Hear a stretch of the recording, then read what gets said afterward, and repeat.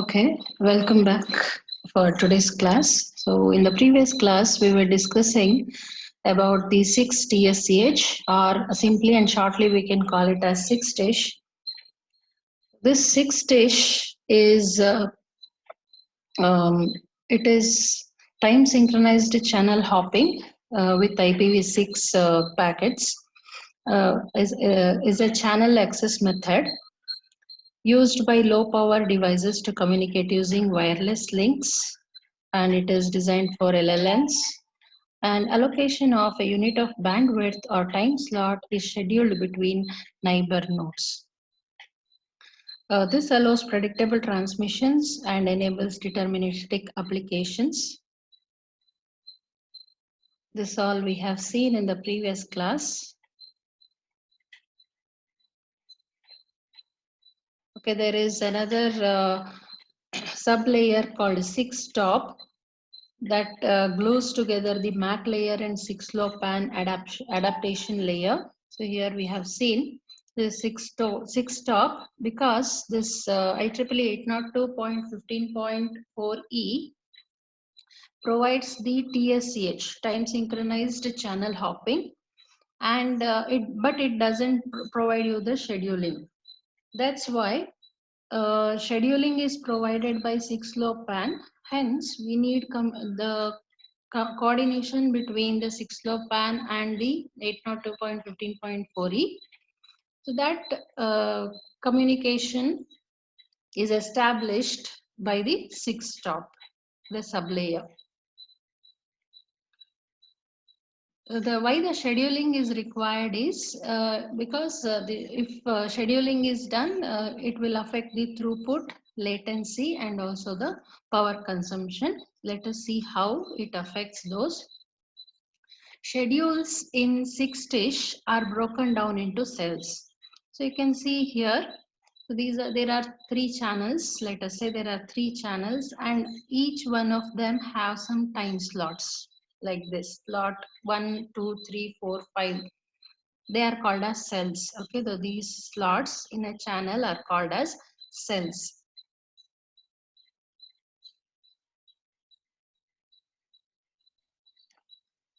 So the channel, so here you can see communication, how it happens, and it is scheduled.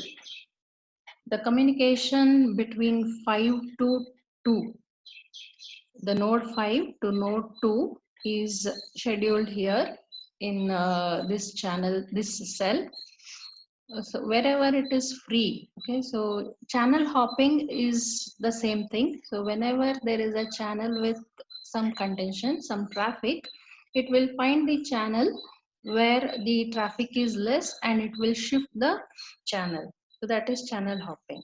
So here 5 to 2 communication is happening, but in the communication from 5 to 2, some data is sent, but 2 has to send back some acknowledgement to 5, which is not carried in the same channel. So you can observe 2 to 5 is in this channel. That is channel hopping. Okay, so wherever the channel cell is free, it will be utilized. So efficient utilization of channel slots will be done.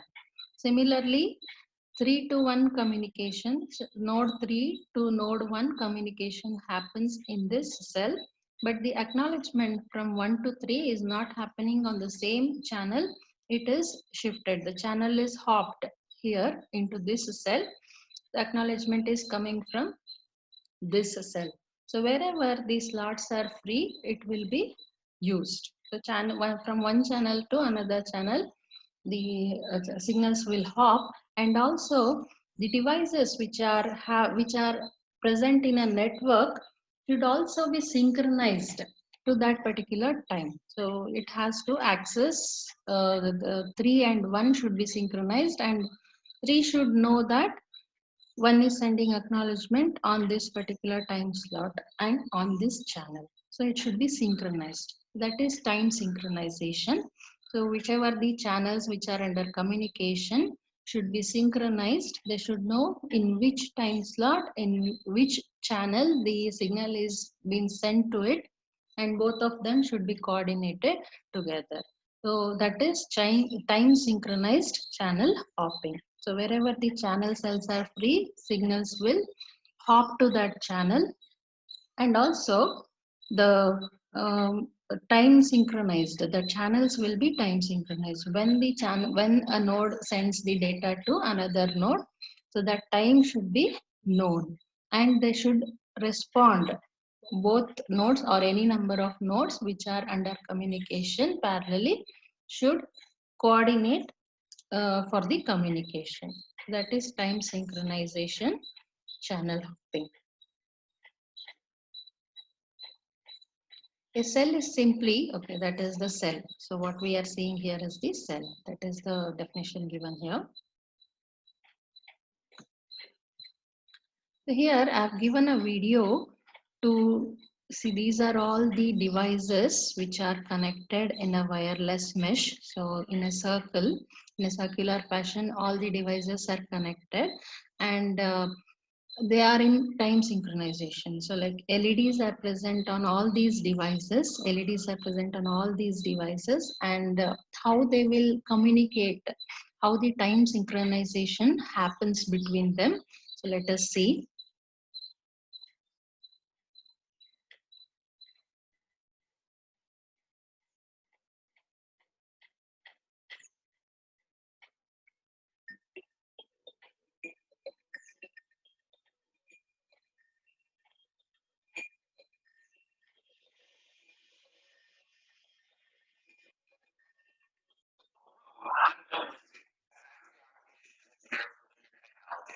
Today I'm going to show you a quick demonstration of time synchronization in a SmartMesh IP network. Here are 25 bright LEDs that are each connected to a wireless node. The nodes form a SmartMesh IP wireless network that has a shared sense of time, accurate to a few microseconds. Notice that the flashing lights are in perfect unison because they are using shared network time. In industrial IoT applications, wireless sensor networks must be both low power and highly reliable. SmartMesh IP networks use time synchronization to enable channel hopping and to duty cycle radio traffic. All SmartMesh IP wireless nodes, including routers, are sleeping most of the time, only turning on the radio when scheduled to do so. This is key to delivering over 10-year battery life and greater than 5 nines data reliability. This time synchronization may also be used to precisely timestamp sensor data at each of the wireless nodes. Let's look at the parts of my system. Each wireless node has code space on its microcontroller for you to write your own custom sensor application. Using this on-chip software development kit, I wrote a custom application that drives a digital output on a schedule that is based on network time. That digital output turns on an orange LED on the wireless node board. Each node has several pre-programmed patterns which can be selected with a single wireless command sent through the mesh network. When I press this touchscreen, the demo software communicates to the manager and sends out a single command to the nodes to change the blinking pattern. I can start or stop the nodes from blinking, and I can change the blinking pattern. Time synchronization is critical for low power and highly reliable wireless sensor networks. This demo illustrates that the nodes share the same time base and that they can use this shared sense of time to perform actions simultaneously in groups or in a controlled sequence. Instead of turning on an LED, you can use that digital output to trigger a sensor reading. Or you can have your sensor use this shared sense of time to generate very accurate timestamps. For more information, please visit linear.com/dust. Thank you.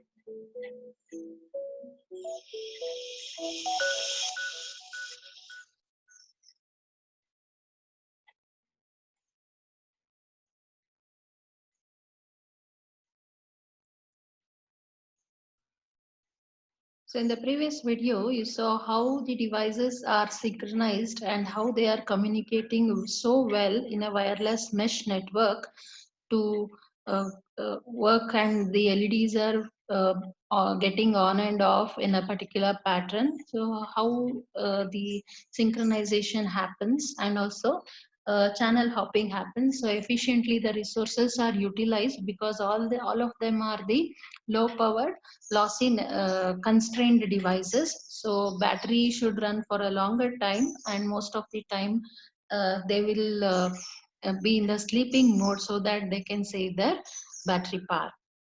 So next here I've given a video to demonstrate the channel hopping simulation. So how you can see how the signals will hop from one channel to another channel. Let us see the video.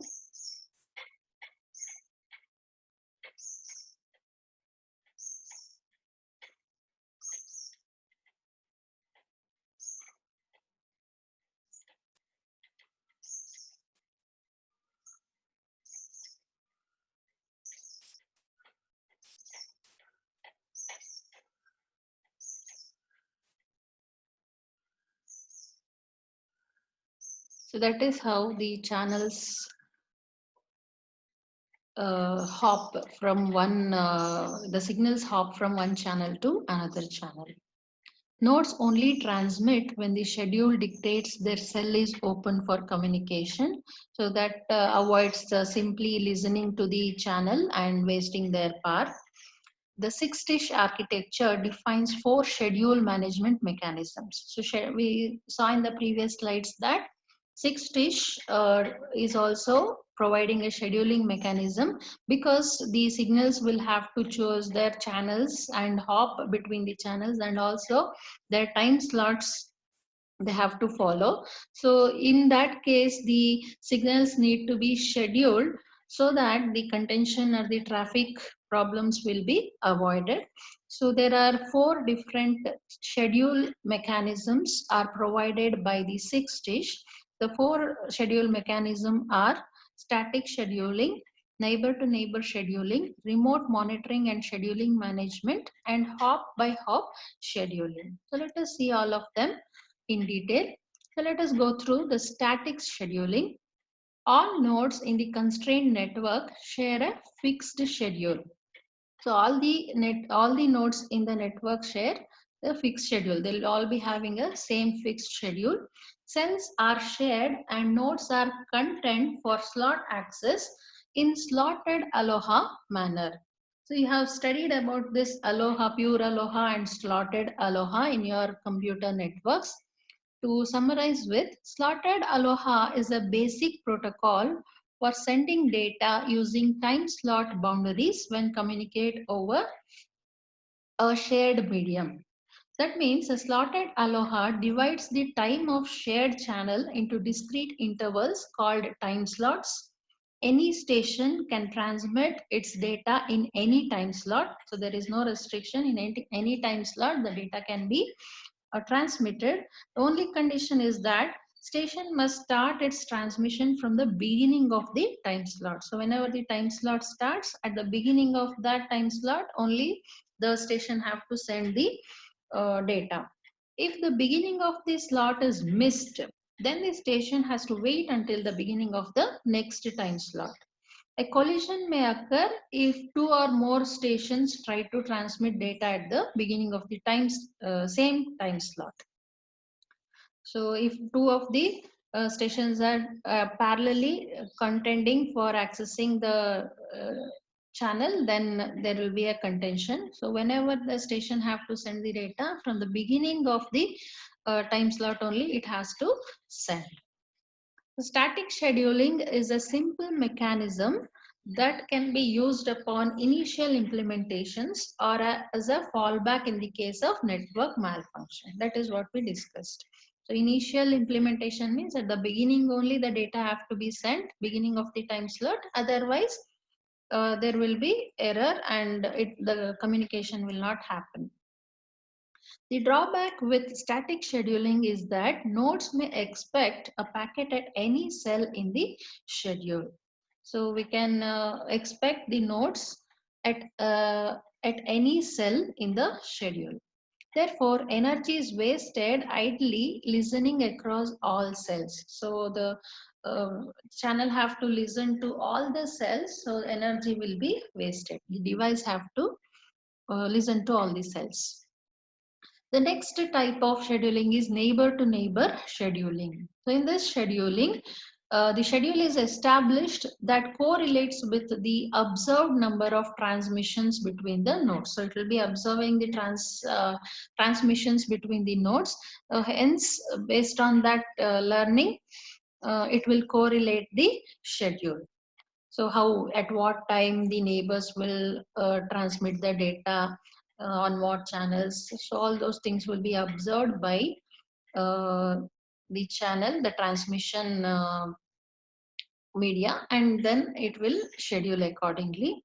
Cells in the schedule can be added or deleted as traffic requirements and bandwidth needs. So cells can be added or deleted based on the requirement. If more number of transmission has to happen, the channels may be added, the cells may be added. If there is less traffic than the number of cells present, then the cells can be deleted and the bandwidth can be used. Hence, the transmission can be faster. Then the next type of scheduling is remote monitoring and scheduling management. In this scheduling, time slots and other resource allocation are handled by management entity that can be multiple hops away. So there is a management entity which will be multiple hops away, and resource allocation and time slot will be handled by that management entity. The scheduling mechanism leverages 6-stop and CoAP in some scenarios. So 6-stop we have seen already, it is a sub-layer between the 6-LoWPAN and 802.4e. Then CoAP is a protocol for constrained nodes. So we'll be studying in our upcoming discussions. So that protocol will be used. So this mechanism, scheduling mechanism, provides quite a bit of flexibility and control in allocating cell for communication between the nodes. So it will provide the flexibility and control of communication of the nodes. The final one is hop by hop scheduling. In this, a node reserves a path to a destination node multiple hops away by requesting the allocation of cells in a schedule at each intermediate node hop in the path. So it will reserves a path to the destination. So in that path, it will communicate hop by hop. 6-dish architecture also defines 3 different forwarding models. So previously we have seen 4 scheduling mechanisms, and also it has 3 different forwarding models, forwarding of packets, how it will be forwarded. The forwarding is the operation performed on each packet by a node that allows it to be delivered to a next hop or an upper layer protocol. So where the packet will be transmitted to the next hop. From one hop to another hop, the packet may be transmitted, or to the upper layer. In the peer node or in the destination node, the packet is received by the lower layer and it will be transmitted to the upper layers to reach the application layer. So either it may be to the next hop or to the upper layer. So that forwarding of the packet will happen. The forwarding decision is based on pre-existing state that was learned from a routing computation. So forwarding decision is based on the pre-existing state. So it will learn the forwarding decision based on some pre-existing state from a routing computation. So there are some forwarding models, 3 forwarding models of 6-dish. They are track forwarding, fragment forwarding, and IPv6 forwarding. So they are called as TF, FF, and 6F respectively. In short, track forwarding, fragment forwarding, and IPv6 forwarding. So let us say what these forwarding, how the forwarding happens in these different forwarding mechanisms. So let us talk about the track forwarding, TF. It is the simplest and fastest forwarding model. A track in this model is unidirectional path between a source and a destination. So track, what is a track? Track is a path. and it is a unidirectional path between the source and the destination. Okay, track is a path between the source and the destination, and it is unidirectional. This track is constructed by pairing bundles of receive cells in a schedule with a bundle of receive cells set to transmit. Okay, so receive cells which are transmitting and the receive cells which are in the schedule to receive the data, both will be paired. Okay, the cells will be paired and then the track will be constructed. So a frame received within a particular cell or cell bundle is switched to another cell or cell bundle. Okay, so like here, to explain in detail, so let us say there are some nodes here which are sending, which are transiting, and there are some nodes here which are receiving, and the track will be established between them, a fixed path which is unidirectional. Okay, which is unidirectional. A track will be established, which is a path between the sender and the receiver. Okay, so it is unidirectional. The transmission happens only in one direction. So they will be paired. Okay, so this one and this one, the transmitter and receiver will be paired. So there can be single transmitter and receiver, or there can be a bundle of transmitters and a bundle of receivers. So a track can be established between them, which is a unidirectional path, and transmission happens there. So a frame received within a particular cell or cell bundle switched to another cell or cell bundle. So frame will be received. This forwarding occurs regardless of the network layer protocol. So it will not include the network layer protocol. Simply the forwarding mechanism will be taken care by the lower layers. Next, the fragment forwarding, FF. So IPv6 packets can get fragmented at the 6LoWPAN sublayer to handle the differences between 802.15.4 payload size and IPv6 MTU. So this we have discussed earlier, right? The size of the 802.15.4 is 127 bytes. And the MTU size of IPv6 is 1280 bytes, and which is very large and which cannot be sent on this standard. So this sized packet need to be fragmented to these sized packets, and the fragmentation have to happen. That we have studied, right? So 6LoWPAN is one such adaptation layer which will take care of this fragmentation. Also header compression, that we have studied in the earlier classes. So that is fragmentation forwarding. So this fragmentation happens in the 6LoWPAN sublayer. The first fragment is routed based on the IPv6 header present. Okay, so in the first fragment, IPv6 header will be present and it will be routed.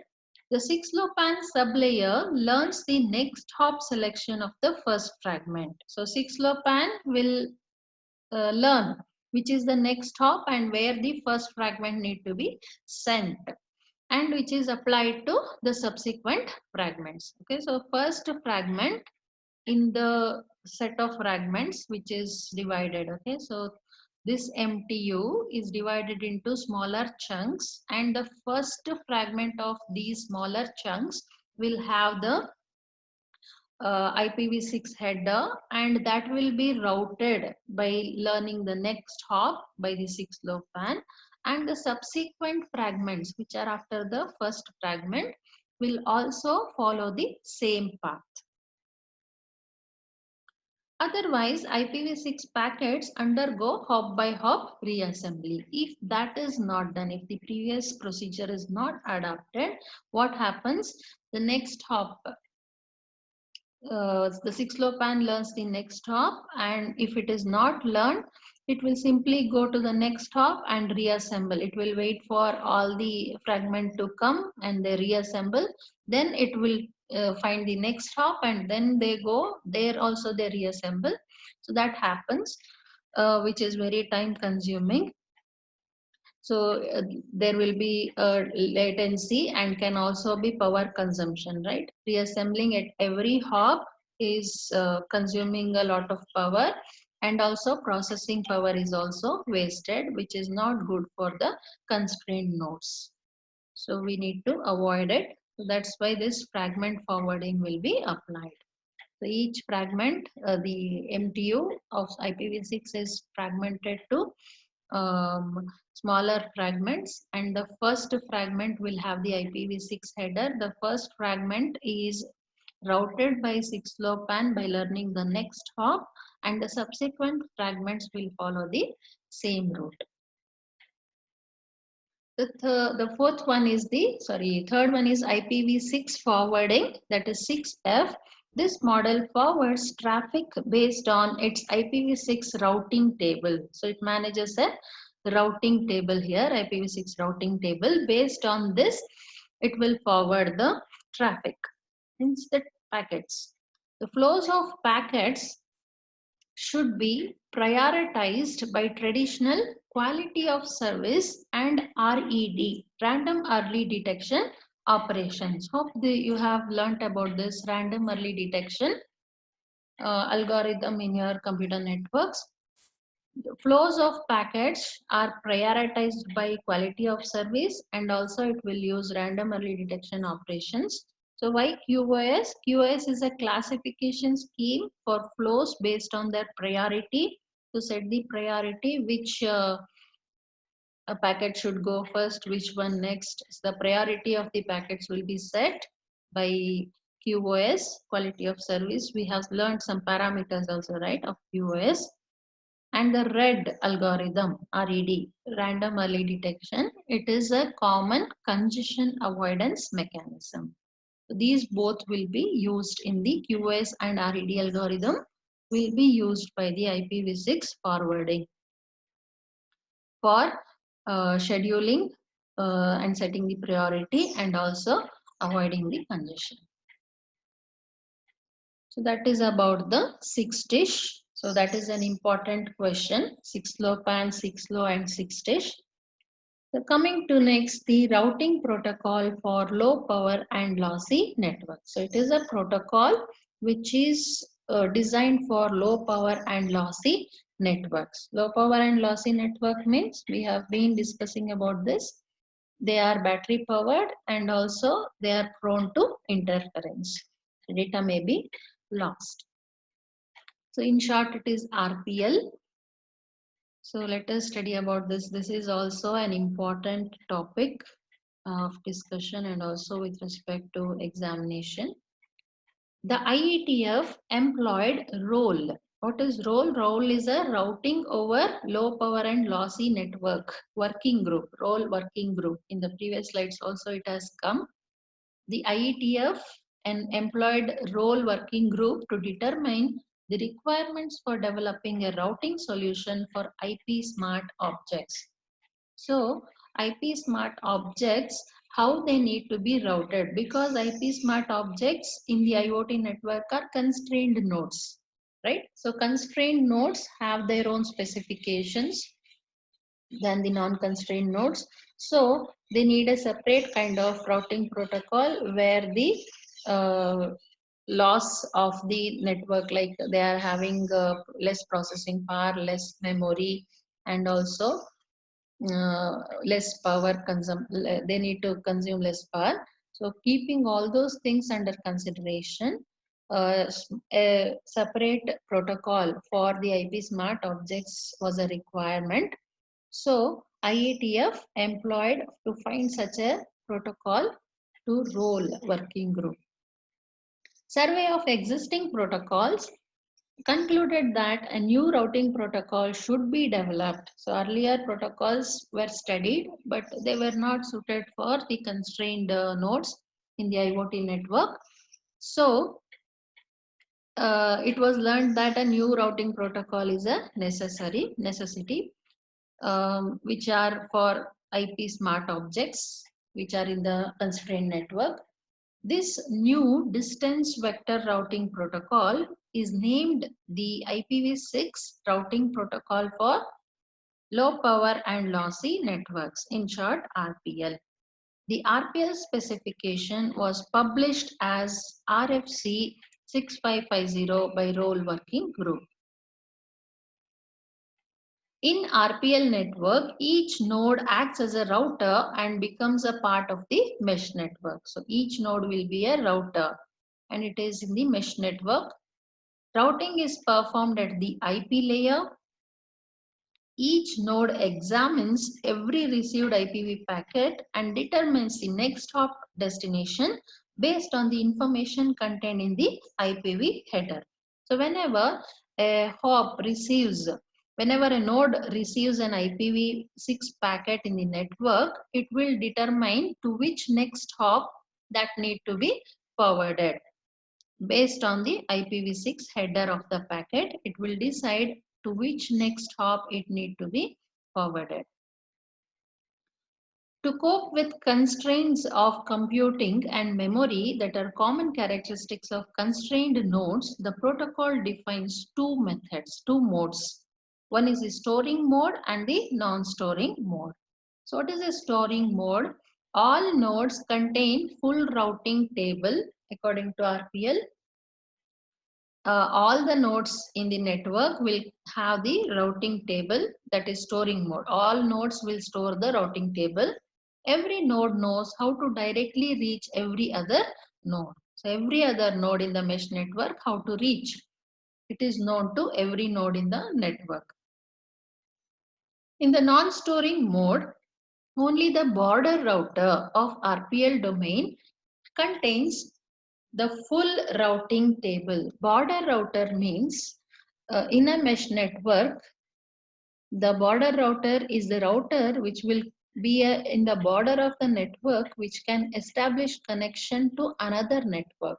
That is the border router. Okay, border router is in the border of the network, which can be used or which will be used for establishing communication between the other network. That is the border router. Only the border router in the non-storing mode will have the routing table. So what happens in the storing mode?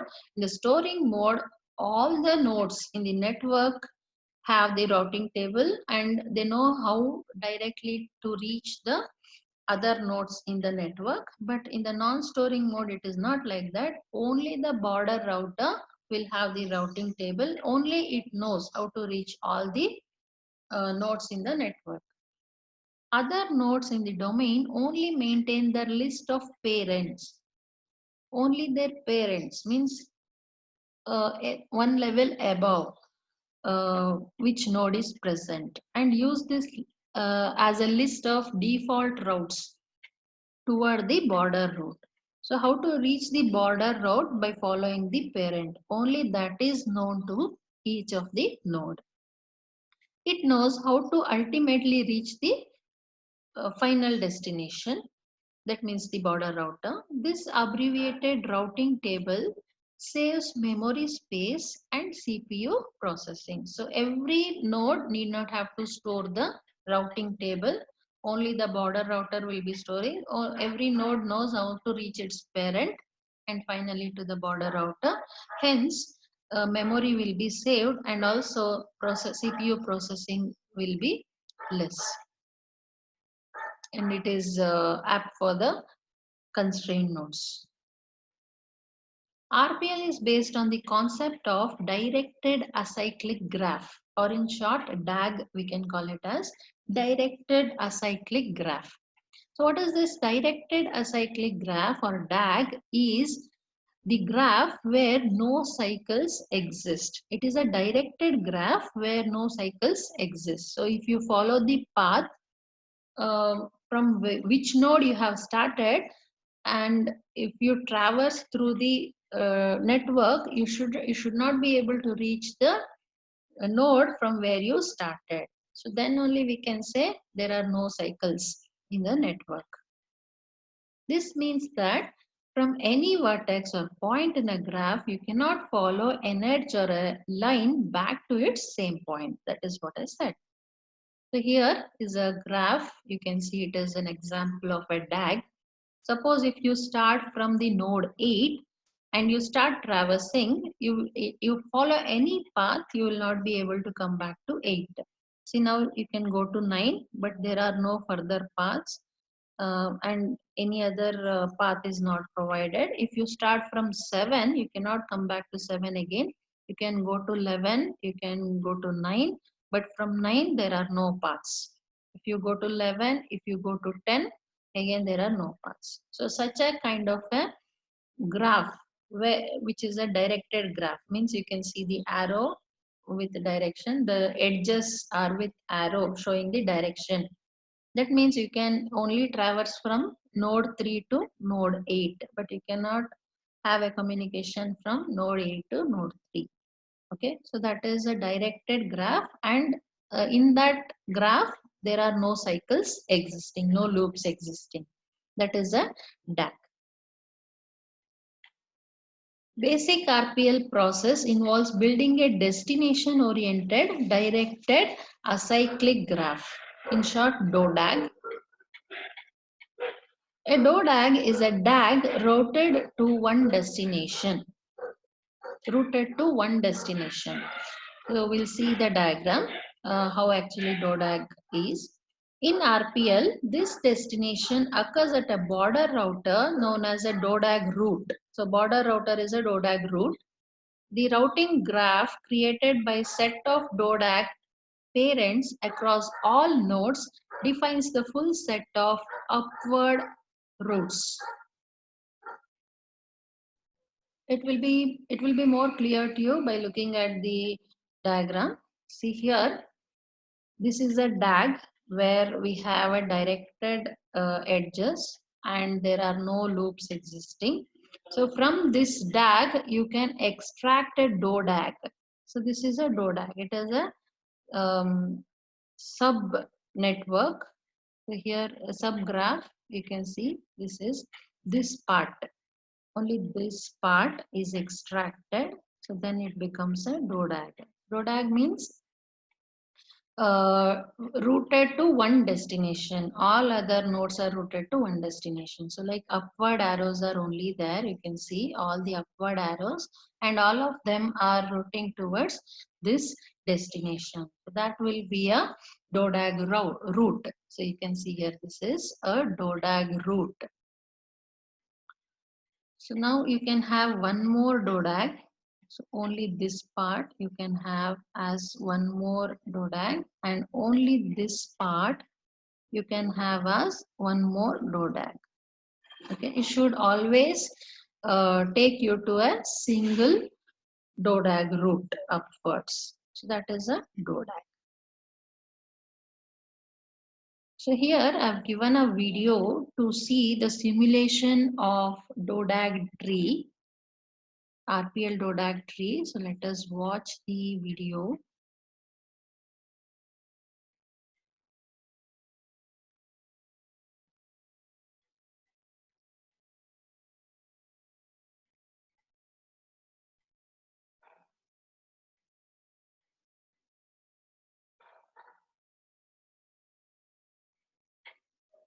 Here the Kuja simulator is used, and you can see how upward arrows which are directing towards this route DODAG, all the networks are getting framed, all the nodes are getting connected, avoiding loops.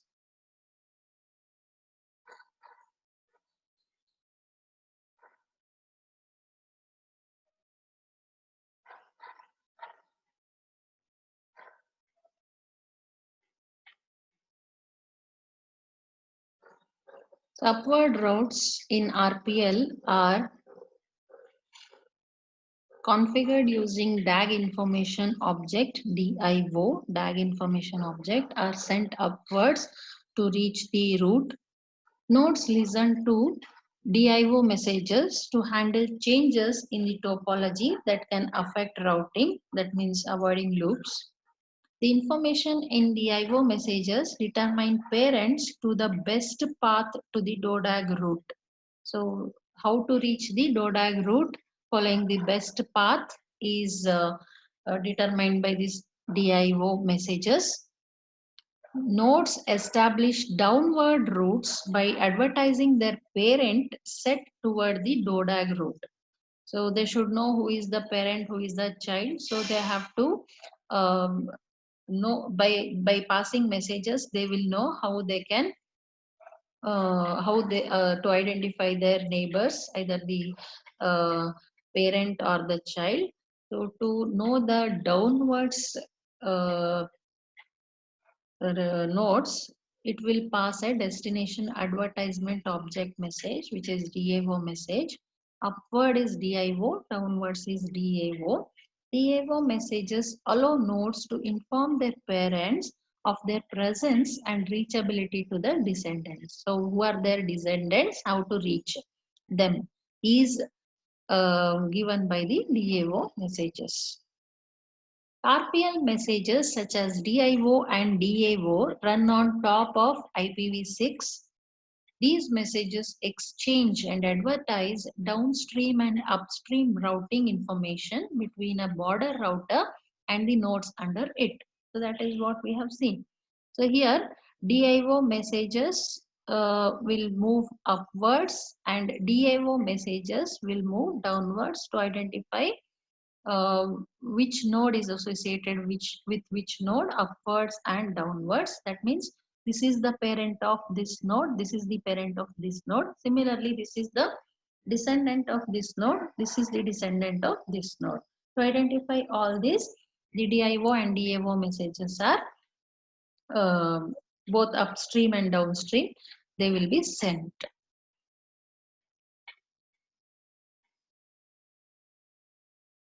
Objective function, OF, defines how metrics are used to select routes and establish a node's rank. So this objective function is a function which is used to identify or define the metrics.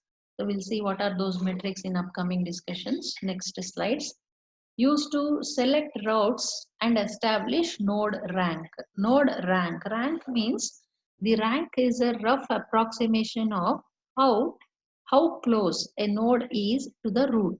How close a node is to the root. So you can see here, this is the root and how close this is. One level below. How close this is. Two levels below. How close this is. Three levels below. That is the rank. In trees you have studied, right? In data structures, the rank of a node. Same here. So how close the node is to the root, that is given by the rank of the node.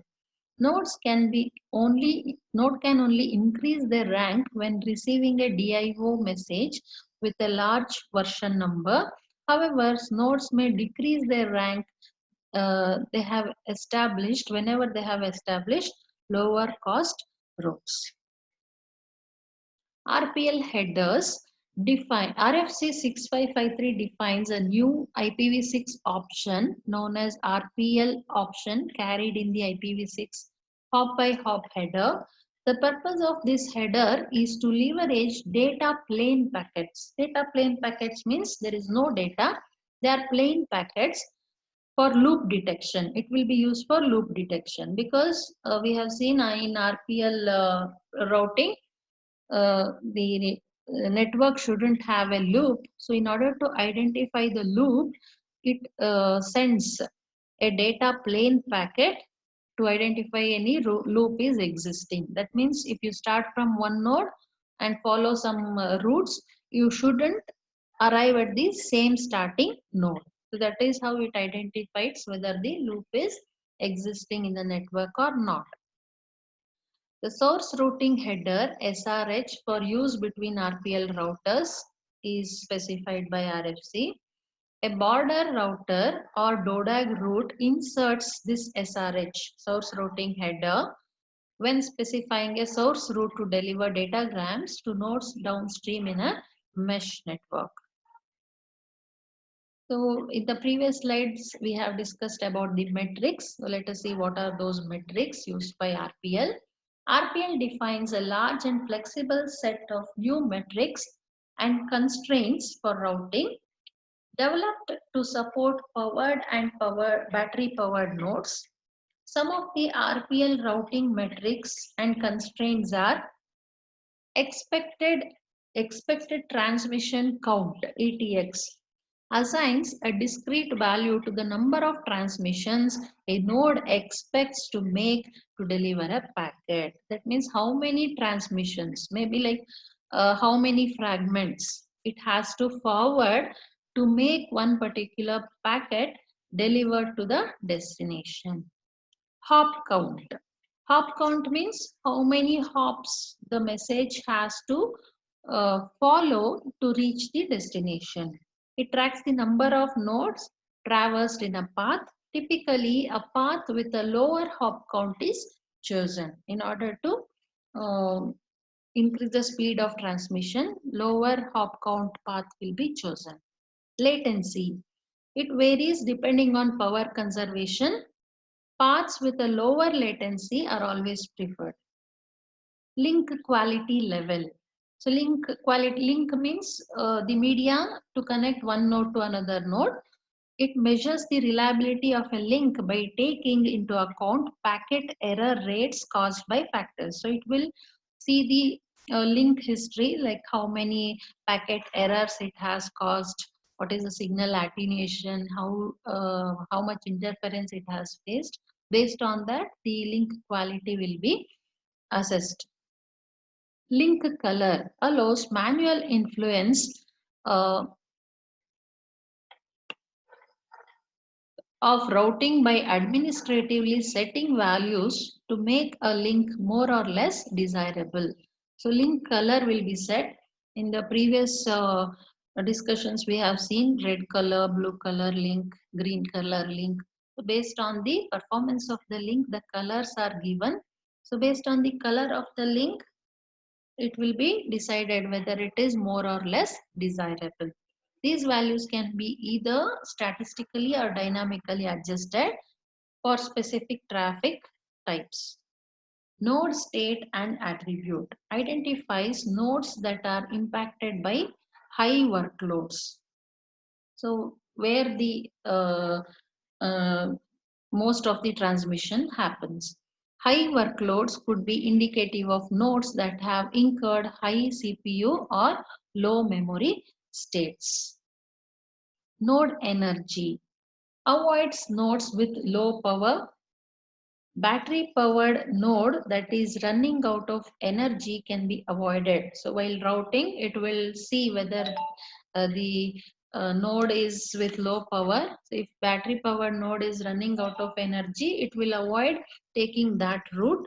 So because it may go out of the network by switching off itself at any time, and the transmission may be affected. So it will avoid the node with the low energy, low power.